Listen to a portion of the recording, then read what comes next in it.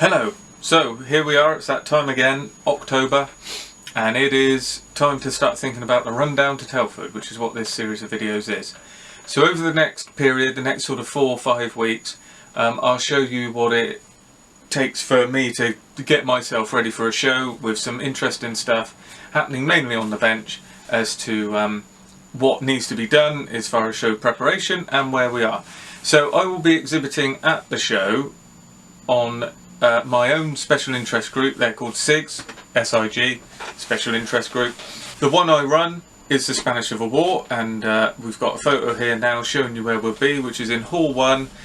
You can't miss us, we're right next to the Make and Paint, which is in front of the Airfix stand, which is labelled as Hornby. So change to where we usually are. I don't think it's a bad thing personally. It's not as good as being right in the middle of the show, but you know, I'm happy to be there. This is subject to change, it seems, but I'm hoping, you know, they won't be changing us, because it feels like we're already in a corner, so I don't know where else we'd end up.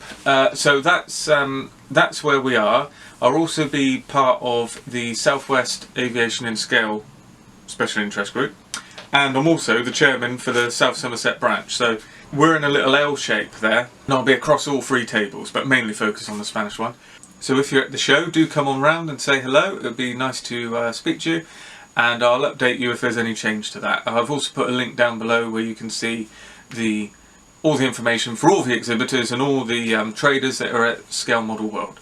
So that's an important piece of information to make a note of, and hopefully if you're all coming to the show, you can have a great time. It's usually a very good thing, and always is. So I've got a few things on the bench. There's lots going on here as I'm trying to, you know, this is like the last push to get things done for the show for me, which I don't need, like I said. So I'm in a very good position, unusually, so I can focus all my attention to stuff I'd like to get done, and then if it doesn't get done, well, you know, nothing's lost. It can then turn up to shows throughout the following year. But at the minute I'm working on a couple of Hellcats, just because I found them in a box and I fancied it. I've also got a Spitfire here, which I'm going to do for Tim's SIG for the Southwest Aviation. This is one at Harrowbeer. So there's a few things like that floating around, but we'll get more into detail on all those subjects and those different models as we go on through. The schedule for my videos throughout the next period might be a little bit up and down, as far as you might get multiple videos a week, because I've got quite a lot of reviews to do, namely which are all up, so I'll release them as we go on through now. But this will fix, I'll hopefully do 4 or 5 of these on the run up to Telford, so hopefully it's enjoyable, and let's have a look at some stuff on the bench. Okay, so here we are for the first of our rundowns for Telford. Now before we get into anything of that, in the last video someone did notice I had some Space Marines in the back here, and did make the point that it's a very good way to unwind and sort of break free, keep in the modelling aspect, but sort of just break free from the it must look like this, it must have this colour of grey, orange, red, you know, whichever camouflage it was meant to have, wherever and whenever. And yes, this is something I do. I do enjoy the gaming pieces. I enjoy gaming. I also enjoy buying them as well. But it's not for this channel. Now, it is something I'm toying with the idea of doing on another channel, and I will let everyone know in due course. But that was Hugh that pointed that out, as long time commenter on my videos. I've seen him comment many a time. So good spot there, and yes, it is something that I like to do. And this, in fact, we'll just go round off here. These were free that I've got. These are like the giveaway ones that Games Workshop do for trying to introduce people into the hobby. So these are just sort of one sprue, all the same pose. So what I've done here is just trying to work out the scheme and understand as well. I hadn't really airbrushed Citadel paint, and that's what I've done here. So I've airbrushed the basic coat for the Dark Angels colour, and then done a heavy dry brush there, which I didn't like. It was too limey, that sort of limey fluorescent green, and then I feel like I dialed it in a bit better there. These aren't finished miniatures, but this is, you know, tabletop ready for the armour. and obviously then you put your decals on, mat it down, maybe do a little pin wash.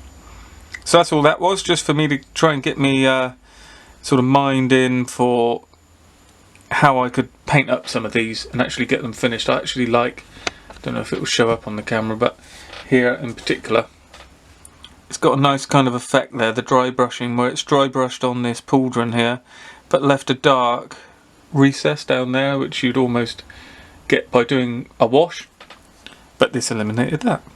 So that's what they are. Anyway, enough of that. We're not here to talk about bloomin' Space Marines, are we? Now, as I said, I am planning to enter the competition, and probably a couple of categories, certainly ones I didn't enter last year. And I've been looking at 1/72 aircraft, and I haven't really got the time to make one. What I'd really like is to have made a biplane. So I've looked on previous built models, and what I've got here is a Fox Moth, which is a nice little model, and a Miles Hawk. This is from SBS. The Fox Moth is from a company that makes Rising Sun decals. God, I can't remember, I made it so long ago. It's on the channel anyway. So this resin Miles Hawk is a lovely model. Like SBS models, I do like SBS models. I was actually looking at their website today, thinking about something, and back in the good old days they used to come over to Telford, and it was a very good way of getting some really nice models, like this for instance. I've got 3 or 4 I think. So what I think I'm going to do is enter out of the box and probably put the Fox Moth in. So what that requires, I mean, I've looked over it, and this is, I wouldn't do a wash this way again, and it is a bit messy, and I might try and tighten that up. But other than that, the build is, you know, it's pretty tight. The only problem I had, and I do remember, these decals were very sort of sticky. So these have got, this one's gone on lovely, and then this one, I was in a right mess, and I had to kind of make the numbers up, and the 4 isn't ideal. But, you know, when we get down to things like that, I can't really spend too long worrying about that. It is a basic out-of-the-box build. It's got some nice features where it's got a cabin in there, and it's the doors are open. So I think it's got a, you know, it's got an okay chance. And that's all I'm looking for. I just don't want to enter something that I can sit here and actually pick the flaws in and say that's not going to get anywhere. But I'm certainly, at the same time, not expecting to place at all. I just want to be, you know, it needs to pass my test. This is like my own little model show, thinking, oh no, I wouldn't get this one because it's got too many faults, but this one's okay, so it can progress. And it progresses to place in the nationals. So, for that, I do need to fix a little bit of rigging. There's just one piece there, which you might be able to see. It's hanging off. So, that needs to stick in the side of the fuselage there. So this is and it doesn't want to be underneath that. So this is elasticy. I don't know what you'd call it really. It's like a black elastic that reacts to super glue. So what we need to do is I use my trusty bit of, what do we call it? Double-sided tape and a bit of super glue, which is seized, which makes it really difficult for getting super glue out, but we just use a cocktail stick, get a drop on the end, place it on the double-sided tape. The reason for double-sided tape, if you don't know, is the super glue goes off, well, it doesn't really go off on here, but this is older super glue, so when it's older it does start to go off after about half an hour, whereas if you put this on a piece of paper, it would go off instantly. If you were to put it on, say, a bottle lid or something like that, which is other things I've done, like where you get a recess like this. You watch me drop this on this plane now. We got a recess and a bottle lid or something like that. That's another way people usually do it. It goes off very quickly in there, but on the double-sided tape, it doesn't. What you got to do here is, first off, hope for the best, cross everything you got, work out where it's going. And in fact, have I got this in the right place? Yes. So I had glued this in the wrong place. So where I've readjusted it, it was glued there. And it actually is, there's a dimple there. So, there's 2 ways you can go about it. I'm going to do it this way and put the super glue in the dimple. And of course, less is more at this point, and the whole idea is just to get enough to hold the rigging wire but not leave a residue, which is what I had before. And if you can see, that rigging wire is at a right angle, so I just hold it in. I find if you drag back through, if you create a bit of friction, it tends to set it. And there we are. Now you should be able to see, not easily, but the rigging wires are all where they need to be. And it is rigged on the wings as well, in the same way. And all that is where I've taken this one around the shows, that has come loose. So as we look at this, if I get this, clear this background up somewhat. Now you should be able to see, do not use the cocktail stick that I've just put in the super glue. Here, and down the spine here, the wash isn't great. You can't see it, well you can probably see it there, it's like grainy. So it's not just a dark line, which is what we want from a panel line wash, it is a grainy, bitty, broken line. That's because I've used oils and I've not had the wash sorted out correctly. Whereas if you use enamels, it tends to run a bit better and you get then separate problems.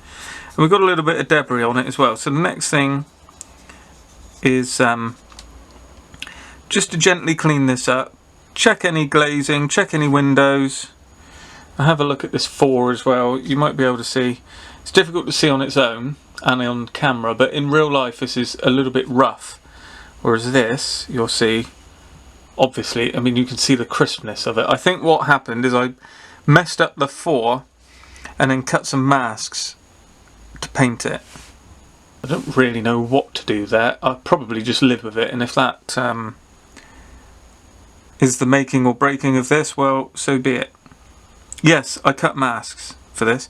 I messed up the whole decal, so I think I took a photo of this, made some masks out of it on my Cricut machine, then sprayed it this side. Right, pain in the arse.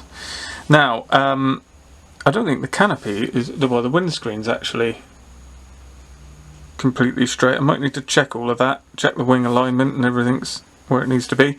But that's something I'll do over time. This just gives you a sort of idea when you're thinking about entering into a competition.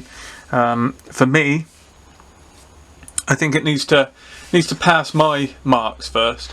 And of course, competitions can be divisive, and they shouldn't be, because often is the idea that a competition means, say, a competition result or worthiness, anything like that, denotes if a model is good or not. I don't believe that is even, that's not even factoring in. All that happens, if you win a competition, it means you are the best at meeting a set of criteria. Now obviously for that, in a modelling competition, you have to be proficient in building models. You need to know what you're doing, and you need to be able to build cleanly more than anything. You can have a fantastic model, one of the best models you've ever seen, fantastic weathering, all over it, absolutely perfect. If, when you square it up, the wings are slightly out of alignment, that, and again I believe in my opinion should, knock points down in a competition, doesn't mean that it's a bad model at all. It's not something that should even be pointed out. That's the difference. It's two different things. If you're modelling for a competition, you're doing it for a different reason than if you're modelling because you want a fox moth on the blade cabinet. The crossover here is, I've just looked and I deem this good enough to enter. So that's the kind of, that's my idea behind it, and then I'm just going to try and go over it, and if I can see any faults I'm going to pick them out and I'm going to make a point of trying to fix them, and that's simply it. I'm perfectly happy with this as a model. I think it's, I love it. I think it's great. I'd like to build more models like this, and I love the fact of focusing on something like the Spanish Civil War gives me the option to be able to build models like this. You know, Fox Moth doesn't cross many people's bench unless they're looking at doing one in civilian markings, but for me it was another tick off the incredible list of Spanish Civil War aircraft. So that is going to be one of my aircraft entries. It's probably going to be the only one in 172nd, and that's kind of the criteria that I look at doing. So I might add a few little extras, like I said, but apart from that, I'm reasonably happy to get this on a base and entered into the competition. So next up, it's what have we been working on. So this is another one that wants to it's going to come to Telford because I'm exhibiting with as we saw at the beginning, my branch that I'm the chairman of is South Somerset. There is a SIG that I'm sort of one of the founding members of, and helping out the guy who's running it, who's Tim Scale Modelling here on YouTube, which is the Southwest Aviation and Scale. And then I've obviously got my Spanish Civil War SIG, which is where I focus most of my attention. This is for our branch's group build, which for those who are going to Telford, we're going to unveil up there. This is progressed on nicely. So this is a Panhard. Our group build is French, so it needs to be, it's anything French that originates in France. So a captured French vehicle by the Germans is absolutely fine. This is also doubling up as well as being one piece. I hope to do another piece as well for a buddy build that I'm doing with a friend as well, which is for Barbarossa. That's the bit I was meant to say, not as well. So this is a Barbarossa Panhard 178. Now I've just put the decals on. I've kept it in the German grey from MRP, and we are ready to go. Now I had a little bit of a problem on the decals. My own making, you know, I do trust MRP, and it probably wasn't smooth enough. So I've gone ahead and put the decals down, and then in the clear part of the middle of these crosses, I've noticed that there's a few air bubbles really badly on here. So that led me down a path of things that I usually do and have done before, and it did bite me a little bit, although I've rescued it and it looks absolutely fine. So on aircraft and with different decals, these are ICM, no, these are Revel decals. I cut the carrier film out like that, and as long as you go along the edge of the actual marking, so as long as you put a score line along the white, you won't notice it. If you were to score a line down the middle, you would see it. So it's a sort of optical illusion that you can't see that there's a scored line running along here. Usually on an aircraft I would do that. I'd lift up the edge, peel it away, all is well, absolutely brilliant. You've got rid of the silvering. These decals stuck down, so every time I'd pull it, and it would sort of tear to about there, and then lift off, and then it would tear there and lift off. So I was here scraping like this with the edge of a blade, and ultimately I made quite a lot of dents and nicks in the paint along here. I thought, how am I going to get across that? So I sanded it back quite well. It shows how good the decals are because they didn't budge at all. Then I actually went in with, I had it to hand, some of this washi tape here. This is my plan. So this washi tape is for taping paper. And if you know anything about paper, this paper crafts, which I don't, but the missus does. It is actually really quite tacky. You know, it's not going anywhere. It's lifting the paper up here. But if you peel it off, has no effect to the paper. Now if you do Tamiya tape, you'll find that it'll actually start to tear the paper. So I thought, right, let's try this, and I put it on and just tried to get a sort of right angle cut with the scissors. You wait as well, you wait. Here, I'm going to show you what I did. I'm going to stick it right on, I'm going to peel it off, and the decal is going to come away. Oh dear. Well anyway, imagine that squared up down here, which is not quite. I just basically put it on square in each bit and then sprayed the MRP back in.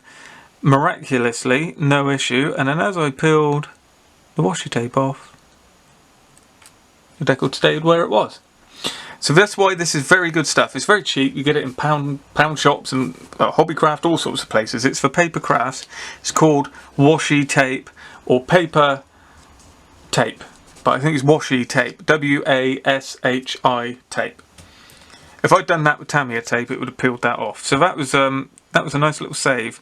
The rest of it, I think I'm going to get away with it. I think we're going to see some decal film. It's the carrier film. Like this WH has a rectangle instead of... I know this, I've done it before, I should cut down around the W and around the H, but I didn't. But anyway, I'm reasonably happy with that, and that's ready now to go into a matte coat. I've glued the doors on where I'm happy to do it.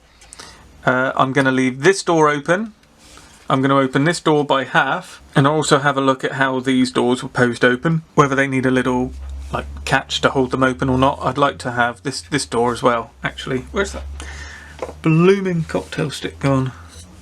This door here. So I'd like to open that up. But I've got a feeling that for it to stay out flat like it would, like this, it might have a catch. So we'll see what the catch is.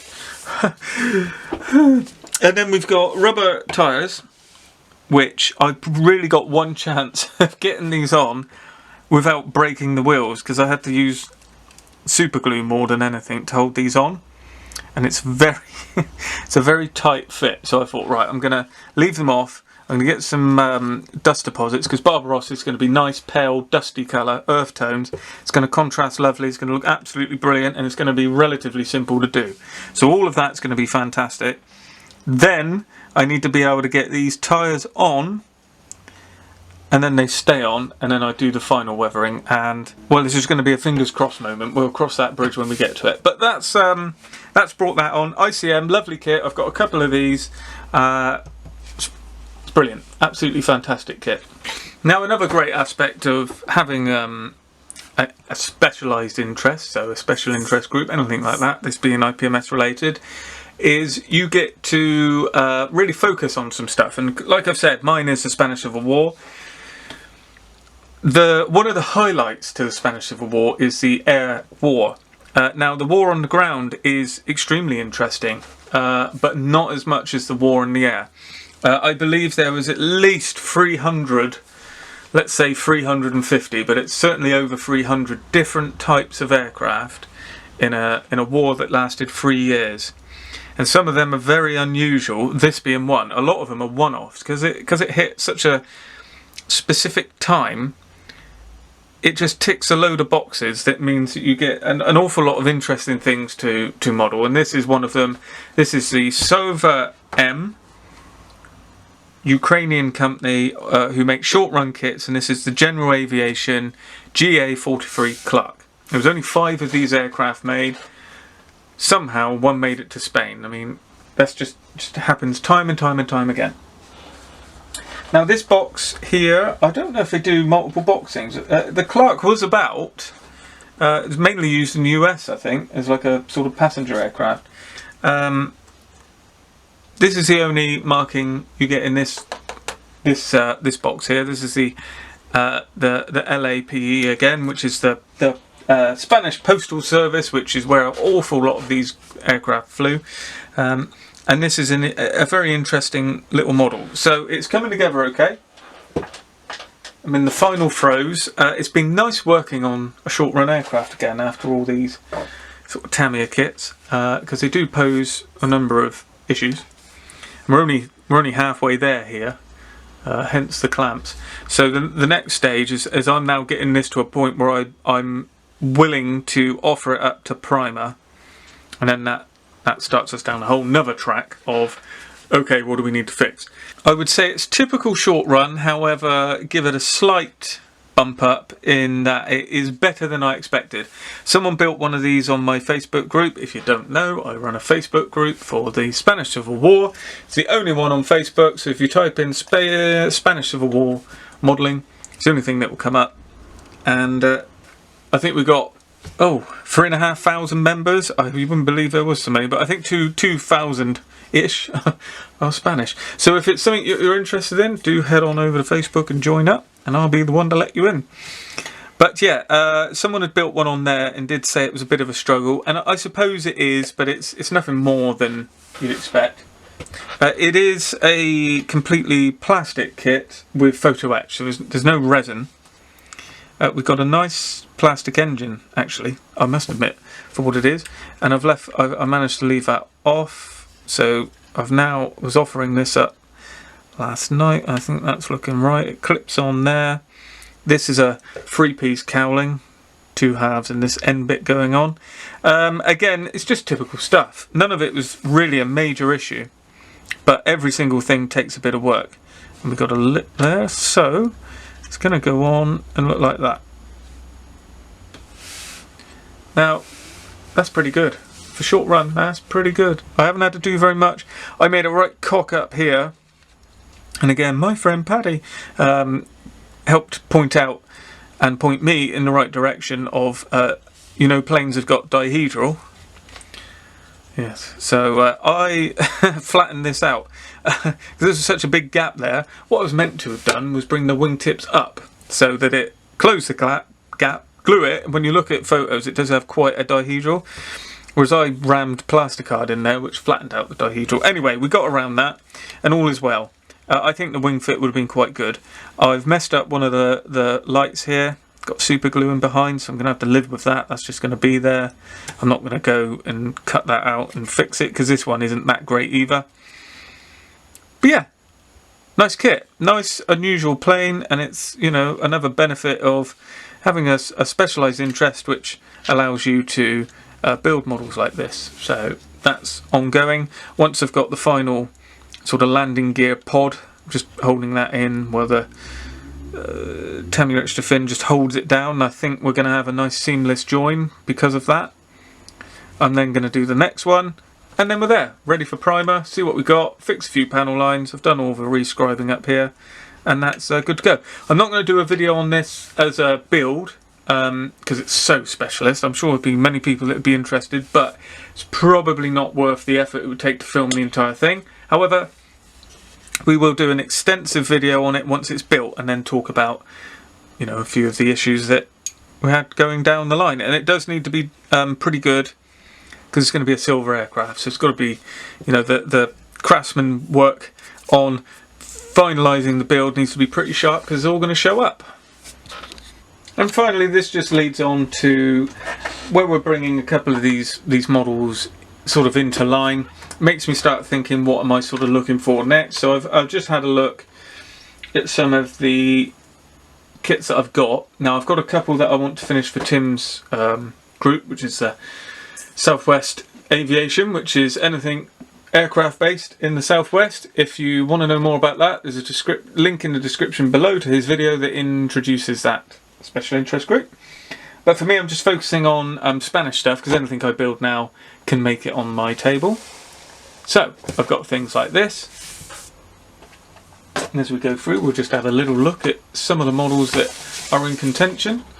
We've got a 172nd BF 109A. This is probably least likely, although this is a lovely kit. I've actually got some early Jumo Schmitz on the bench, so I don't really need that for this moment. I wouldn't mind updating my Tiger Moth. I've got one in a sort of pre-war Spanish Air Force livery. I wouldn't mind trying this again. I think I've got a Brain Gun etch set for this actually. It's a lovely little model from Airfix. It really is lovely. Very small though. And it's served on both sides. You can do it Republican, you can do it Nationalist. Crosses on the tail, all that sort of thing. I've also got, well there we are, something different. I've also got a sort of hankering, and it's worth jumping on this when you do get this, for finishing off started kits. And this is one I started an awful long time ago, and I think I got daunted by the decals. He was daunted by the decals. What stopped him? He got daunted by the decals. And what we got here is lozenge, easy for him to say. And what have I done here? I've cut them all out. So we've got lozenge decals. For those who don't know, that's what a lozenge decal is. And I've actually got myself all prepared for it. So what I've done is sprayed up the edges, which sometimes show, and I've given a bit of mottling as well. And then the idea is on this one, you just slide the decal straight on, and it should sort of show through a little bit and just help. And I must have, it looks like I run out of steam. It looks like I might have had a bit of an issue actually with the MRP here. There's an awful lot of sort of splats of paint. But anyway, it's something, I've got it out. I've got that far.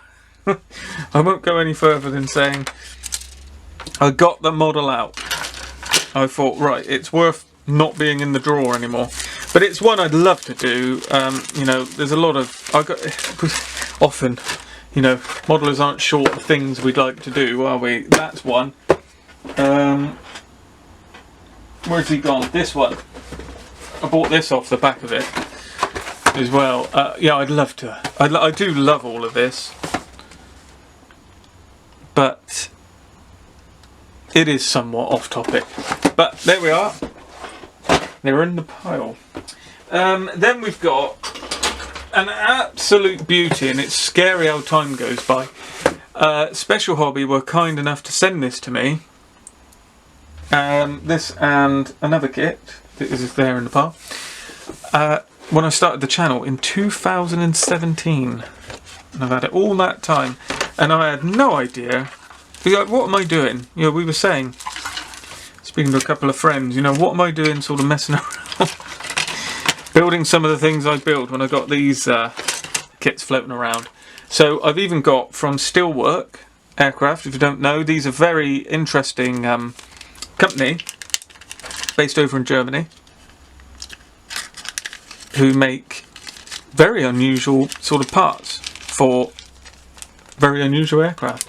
And this has got a I can't think of the word. In the kit, the propeller is angled the wrong way. It's cut the wrong way by Special Hobby. So this is a correctly angled propeller, and this is the correct Spanish version of the tailplane, which is only just a panel line, but it was there. They sent me over a Vickers machine gun as well. So I bought this and a few other bits, and they sent this to try out. I've got the resin bits from the kit, photo etch from the kit. It's a lovely thing. Again, my friend Tim's built one of these many moons ago. It's a big old aircraft as well.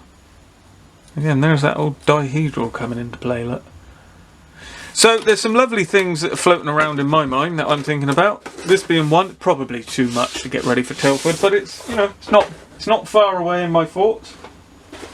We've got another one. We've got a Breda, which is a classic short run kit, proper old school that. Even the Dragon Rapide, and if you don't know, there is even an etch set available for this, which is made by Edward, released by Kuvalenen, whoever they were, but they got Edward to produce a load of etch sets for random old models, and this is certainly a random old model. But the Dragon Rapide is in. It's possible. It could be done. This is probably the highly likelihood. I've just had confirmation on the group that these were in Spain. This particular version, the TOE version with this engine. And I grabbed this kit off the internet. Couldn't believe it was made, actually. Good old Special Hobby again. And this looks absolutely gorgeous. This one just, you know, I don't know when this came out. But we won't get into it. I'll do a review. I'm going to do a review of this on the channel, so we'll see it in more detail. But yeah, lovely. Lovely, lovely, lovely. And a really nice looking plane. And it was a nationalist version. I'd might be buying two. Yeah, lovely kit. Really nice. So that's one that's floating about. Also 1/72. And then I'd like to actually get something like this done as well for Tim's SIG. I did promise it. I've got the masks, so I've actually got no excuse. The only reason not to do this is because it's got so much glazing. So this is the old Airfix Beaufort. And in here, I believe, he says, there we go, we've got St Ivel, Cornwall for the southwest connection. And what's the other one? they're both St. Ivor, so there we are. So they both fit his SIG, so we can do day scheme or night scheme. I think I'll probably go the night scheme, would I? Not sure. Have a look. The one on the box art where he's got this Victoria Cross for taking out, attacking the Eisenhower. That actually looks like the day scheme. It is. Well, we'll have a look at that. But, yeah, so I realise there's not a great deal of time, but there is a fair bit of time. I'm not committing to building 20 1/72 aircraft. I'm just going to sort of narrow down and probably pick, I don't know, 1 or 2 to have a go at and see how we get on. So, that is some of the interesting stuff that's floating around behind the scenes on the channel. So, as always, thanks for watching, and we'll catch up next week.